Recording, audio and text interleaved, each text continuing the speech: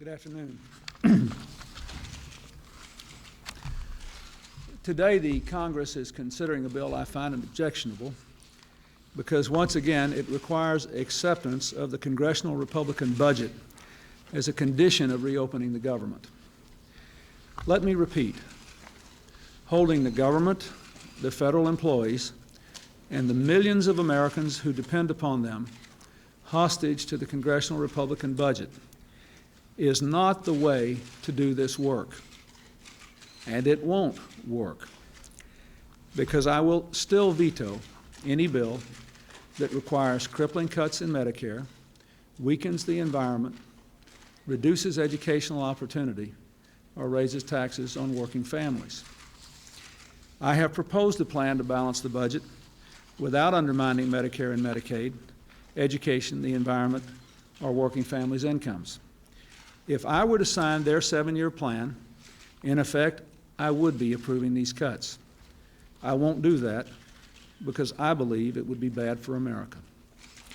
We must balance the budget in a way that doesn't weaken our economy or violate our values, including providing the opportunity for Americans to make the most of their own lives, helping families to grow stronger and to stay together, strengthening our communities and our country. Congress should act responsibly and pass a straightforward legislation to open the government and enable it to meet its financial obligations. They should do it right now. That's what Congresses in the past have done, and that's what this Congress did last September. The American people should not be held hostage anymore to the Republican budget priorities. So today I am sending Congress straightforward legislation that would reopen the government without delay and without enacting into law the Republican budget. We have to get to work on this in a serious way. I will work with Congress in good faith to balance the budget, but I want to do it in a way that is good for America. It is not the fault of the federal employees or the millions of Americans who depend upon them that Congress did not pass a budget for this fiscal year by October 1st as required by its own laws. And it's time for the Republicans in Congress to stop punishing them for that. This is a new experience for our country. Congress has never before shut the government down for an extended period of time. I'm determined to do what I can to reduce the damage to our people. I'm especially concerned that every day 28,000 people apply for Social Security benefits, 10,000 people seek to enroll in Medicare, 7,500 veterans make claims for benefits they are owed. I asked the Social Security Administration and the Department of Veterans Affairs to examine their operations and see if there are necessary services that can lawfully be provided to the public. As a result of this request, this coming Monday, the Social Security Administration and the VA will recall to work additional staff to process applications and claims. If the government shutdown continues to prevent action to accept applications for Medicare, Social Security, and veterans benefits made by seniors and veterans, this backlog would be so great that service to these citizens would not return to normal for months to come. Our elderly and veterans deserve better, and I believe we are permitted to do better under the law. Finally, let me say again, let us reopen the budget, the government. Let's reopen the government, and then get down to the business of balancing the budget in the right way. Mr.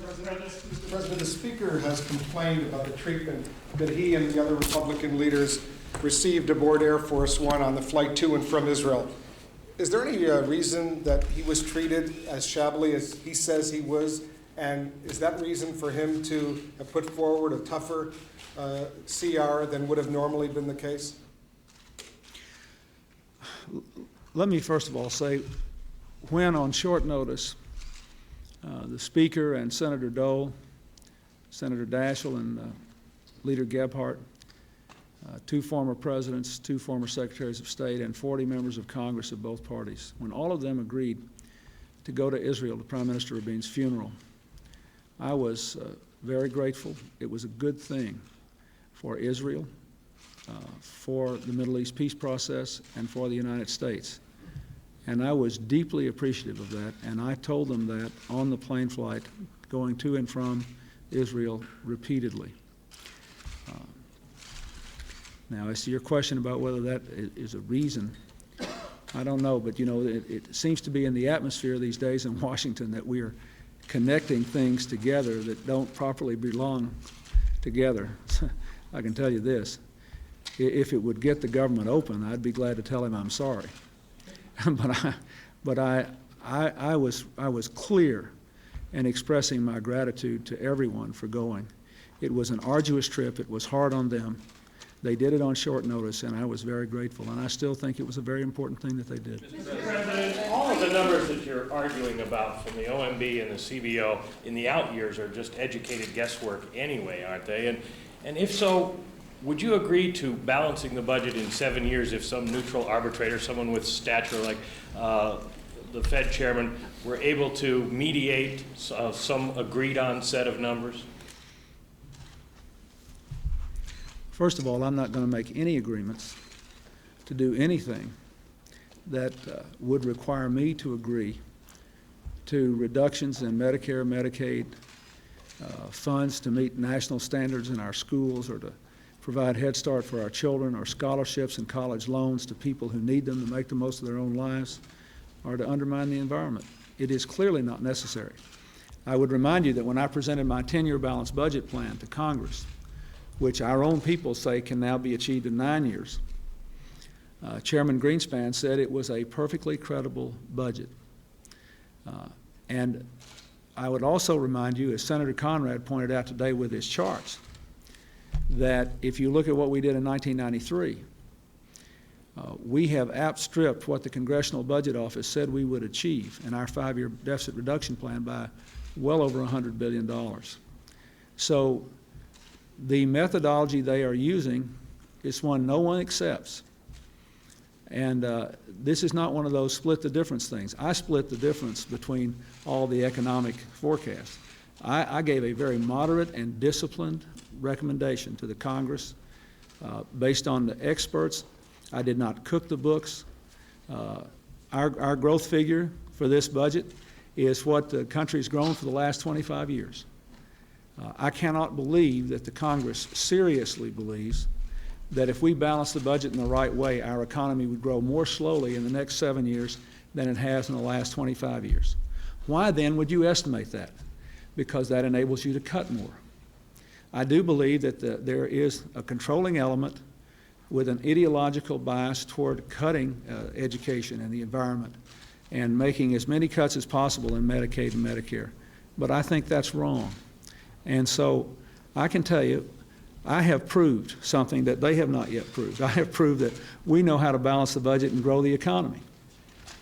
It was our administration and the Democrats in the Congress that voted for the last deficit reduction plan that has given us the lowest deficit of any large economy in the world, the strongest economy in the world, and a growing economy. We have proved we know how to do it.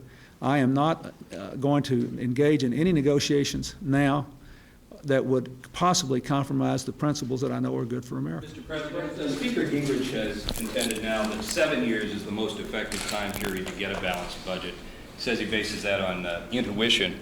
What's your current time target? You've mentioned several different time targets over the weeks and months, and what do you base that estimate on? Well, first of all, if you go back to all my comments, with the exception of the comment I made in 1992 on the Larry King Show, which we clarified within, I think, 2 days.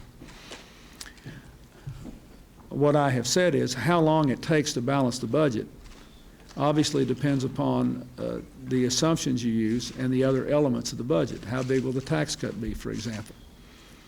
But I can tell you that we believe, and we have said, that we can implement the plan that I have put forward in 9 years. Now, what I did, the difference in the way we put our balanced budget together and the way they did is quite stark. That is, we both had to have some estimate of how fast they thought the economy would grow and what we thought inflation and health programs would be.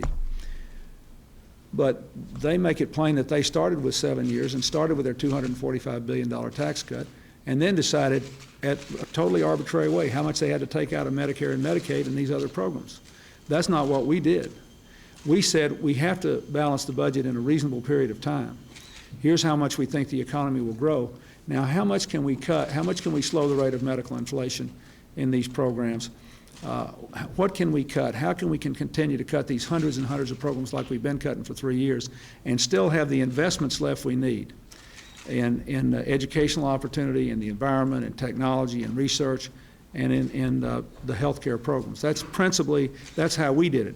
So we think we balanced the budget consistent with our values and our economic interest instead of the other way around. And therefore, and when I entered into these negotiations, that's the way I'll discuss it. There is no magic timeline. You know, if we had 3% growth, the budget would be balanced more quickly than any of us calculate. So this is to go back to the earlier question, it's important that the American people understand that this is a multi-year balanced budget plan. The budget is done on a yearly basis. This is a balanced budget plan. And the only thing I want to do is to have a plan that balances the budget consistent with our values and our interests. And I don't think you can discuss one item in isolation with the others. It's not, you can't talk about 7 years in isolation from everything else.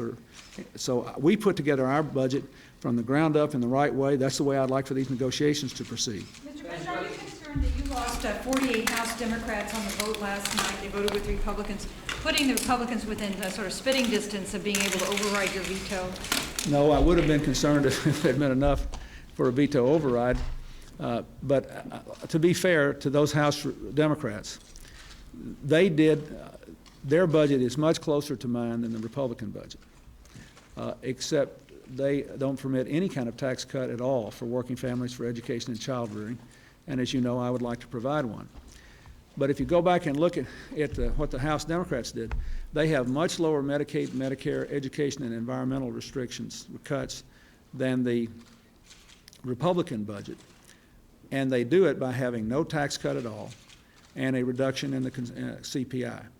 So what they thought was that they ought to say, we can do it within these frameworks, and we did it before, so we want to own up to the fact that we did it before. But they have no intention, those House Democrats, except for maybe just a handful of them, of supporting the Republican budget. The argument I was making is that their vote would be misinterpreted as an endorsement of the Republican budget framework, which it manifestly was not. So I'm satisfied with the vote and how it came out. So how do we get out of this mess? Where do we go from here? Well, I will keep working to find a way to open the government and permit the budget negotiation to continue. But the American people just need to know, the federal employees need to know, that I believe I would be remiss in agreeing, in effect, to the Republican budget plan as a condition of reopening the government. Now, look, I have demonstrated I want to balance the budget. I have demonstrated I'm committed to deficit reduction. We endured a withering array of criticism from the House Republicans from which they benefited in '93 and '94 when they claimed we were going to bring on a recession. And we proved we could reduce the deficit and grow the economy. So I will deal with them in good faith. But I cannot agree on the front end, to their budget framework when I know what it really means is big cuts in Medicare, Medicaid, educational opportunity, and the environment. I can't do that. Now, we will keep working with them in every way we know how, but I'm not going to be pushed into that position because someone has to stand up here for what's right for America instead of for this exercise of political power. So you're saying that there's no room for any compromise on your part, that there's no flexibility? I mean, usually in negotiations... No, I didn't say that. I didn't say that. There are many elements in this budget which are variable. What I did say was, and what I will say again, is that I don't propose to negotiate away 60 to 70% of the budget simply to get a continuing resolution to reopen the government. And that's what all this is about, an attempt to get the president to negotiate away a majority of what could be the basis for compromise. If I ask you to compromise with me, and then you say, I will compromise with you, but only if you give me 60% of what I want on the front end. Then we sit down, we say, okay, let's split the difference. That's a good compromise. You split the difference between 40%, you wind up with 80%, I wind up with 20%. That's what this resolution is all about, and no one should be confused by it. And if we did it it would be bad for America. I will not do something I know is bad for our country. That is my responsibility, to try to make sure that all the interests of the country are furthered. Do you have anything to say, sir, about the acquittal of Billy Dale? I do. First of all, I think it's clear that there were some problems in the way the travel office was run, but there were also clearly some serious problems in the way it was handled by the White House. And all of you will remember we issued quite a self-critical report on how it was handled. And in light of that, I'm very sorry about what Mr. Dale had to go through, and I wish him well. And I hope that now he'll be able to get on with his life and let's put this behind him. What about relations with Japan in the aftermath of your forcing yourself to cancel the visit to the APEC conference, then the state visit to Tokyo? Well, I want to reschedule the trip and take it as soon as I can, because the Japanese-United States relationship is very important. We've had a big increase in our exports to Japan. We've negotiated 15 trade agreements with them, and in each one of these trade agreement areas, we've had an even bigger increase in our exports. We're making progress in our economic relationship. They are going through some tough times. If they weren't having some tough times, some of the things that we went through, frankly, back in the 80s with their financial system, we'd even be doing better because they'd be doing better. We've had some issues to deal with in our security relationship, but it's still fundamentally strong. And I have the greatest respect for the nation and for its people, and I think all of us know that a strong U.S.-Japan relationship is critical for the world as we move into the 21st century. So I called Prime Minister Murayama. We had a very good talk. I have already talked to two of the other APEC leaders, President Kim of South Korea and President Suharto of Indonesia. I expect at least to talk to the President of China and perhaps some others before the meeting. The Vice President is going to the meeting, and then we'll have a bilateral meeting with Prime Minister Murayama. So we're determined to keep this relationship on track. I assured him that my absence from Japan has nothing to do with our relationship or my importance, the importance to which I attach to it. So I think we'll be fine, but we need to, when you say you're going to go visit your neighbor and you have to cancel the visit, you have to reschedule and show up, and I intend to do it. Thank you. Reimburse Mr. Dale, Mr. President.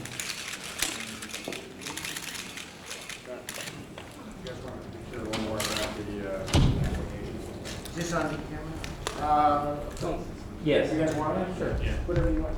Can you introduce yourself for those who are listening in the other room, please? Yes, I'm John Koskinen. I'm the Deputy Director for Management at the Office of Management and Budget. Let me provide you a little background briefing. As you know, starting last August and then through September, the agencies across the government all developed shutdown plans, basically interpreting the legal guidance as to what would be accepted activities for emergency purposes in all of the activities of the government. As you also all know, the government has never shut down for more than 2 working days in the history of the government. So basically all of the history that people worked against was prior experience, as well as some attempt on their part to project into the future. What we are doing now is, at the request of the President, is reviewing with the agencies, asking the agencies to take a look at their plans in light of what is clearly an unprecedented shutdown, to determine what activities which once could be delayed now are generating true imminent threats to life or property. And in that regard, two of the issues that have been focused on have been the processing and the acceptance of new benefit applications. As noted, we have over 28,000 people on an average day applying for new Social Security benefits. We have 10,000 people who have retired, reached the age of 65, who are trying to enroll, seeking to enroll in Medicare, and over 7,500 veterans seeking new benefits. And those applications have all been put on hold for now on the theory, again, the expectation by the agencies that this shutdown would be only for a day or two, and those were not emergency activities. However, as the time has gone on, it has become clear that in the area of processing of new Social Security applications, new applications to enroll in Medicare, and also applications for veterans benefits, that it is now generating a threat to life and property, particularly the benefits to which all of those groups are entitled. And so, as the President announced, on Monday, we will bring back some of the employees now on furlough because initially they were not emergency employees, and that includes approximately 1,700 employees at the Veterans Administration who will be spread throughout the 58 offices across their country, and we will bring back approximately slightly over 50,000 Social Security workers to be able to deal with the substantial volume of both existing and pre-existing applications for Social Security and enrollment in Medicare.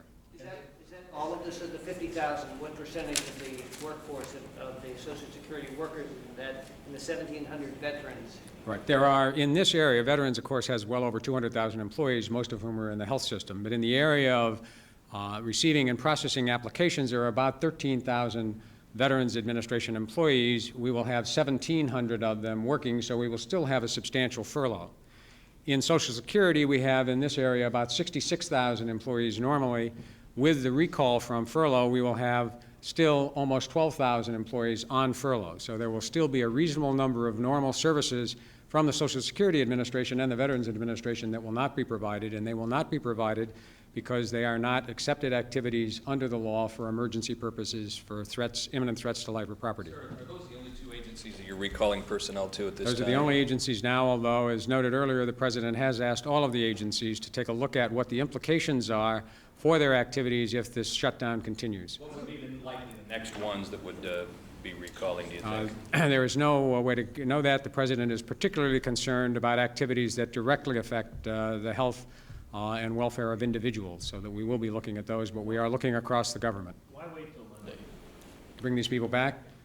First of all, it's taken some time to review the analysis. Secondly, it is the judgment of the agencies that it is at that point that the backlog begins to become a problem that justifies the determination that it's creating an emergency of an imminent threat to life or property. In other words, we do not control the ability to willy-nilly bring people back. There has to be actually a review and a finding and a determination by the agency under the legal guidelines. Who actually sends out that, does the President have to issue an order to do this, or is it? No, this is by done, agency these are done agency by agency. The President's directive was simply to the agency, all agency heads, to review their plans generally and particularly to focus on areas that would adversely affect the health of individual beneficiaries. I know OMB had to sign off on that. OMB reviews all of those and basically approves them.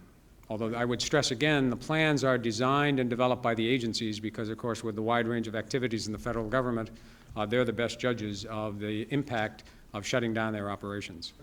How do you spell your last name? It's KOS, as in Sam, K-I-N-E-N. Thank you. John. John, Thank you. Deputy Director. Deputy Director for Management at OMB.